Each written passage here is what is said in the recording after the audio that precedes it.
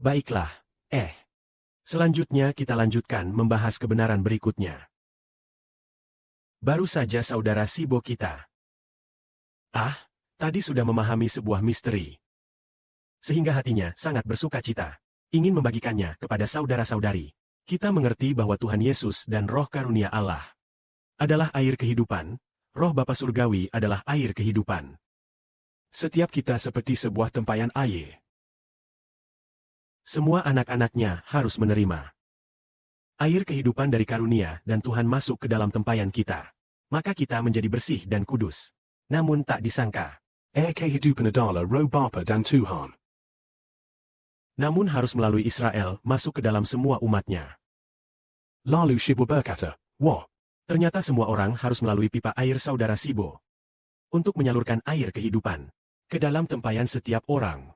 Jika seseorang tidak mau menerima pipa air saudara Sibo, tidak mau menerima pipa ini, saat itu aku tidak mau menerima pipa air saudara Sibo, maka tempayannya pasti kotor. Begitu pikirku.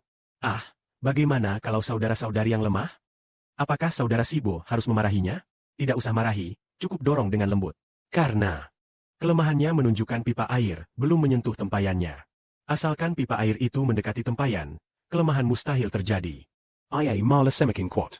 Saudara Sibo hanya perlu melakukan satu hal. Tiras menerus memberikan air ku tempayan si syaparang.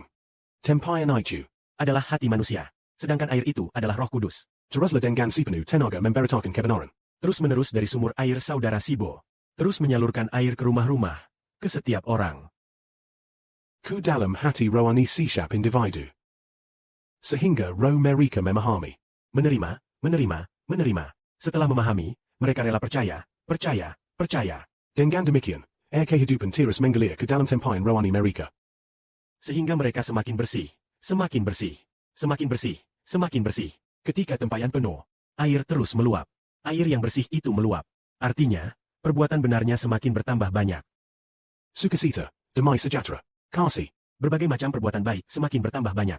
Muncul perbuatan-perbuatan oleh Roh Kudus. Dalam kondisi demikian, saudara-saudari yang lemah, janganlah ditegur. Saudara-saudari berkata, aduh, saudaraku, kenapa engkau lemah? Aku sendiri, saudariku, kenapa engkau lemah? Tidak perlu begitu. Cukup fokus memberitakan kebenaran ini. Fokuslah menguatkan saudara-saudari. Perkataanmu harus seperti mata air yang hidup. Sehingga begitu didengar langsung membangkitkan sukacita. Begitu didengar langsung memperoleh kehidupan. Berusahalah demikian, itu sudah cukup. Lalu mengapa harus saudara Sibo? Karena secara ajaib, Sibo sangat beruntung. Allah memilih saudara Sibo sebagai Israel. Karena Allah yang mengikat perjanjian dengan Israel. Allah tinggal di dalam Israel. Seperti firman Alkitab. Inilah Allah Israel. Demikian firman Tuhan. Yaitu Roh Allah. Akan ditempatkan di dalam Israel. Karena Bapa Surgawi adalah Bapa Sang Tuhan. Maka Roh Tuhan juga ditempatkan di dalam Israel.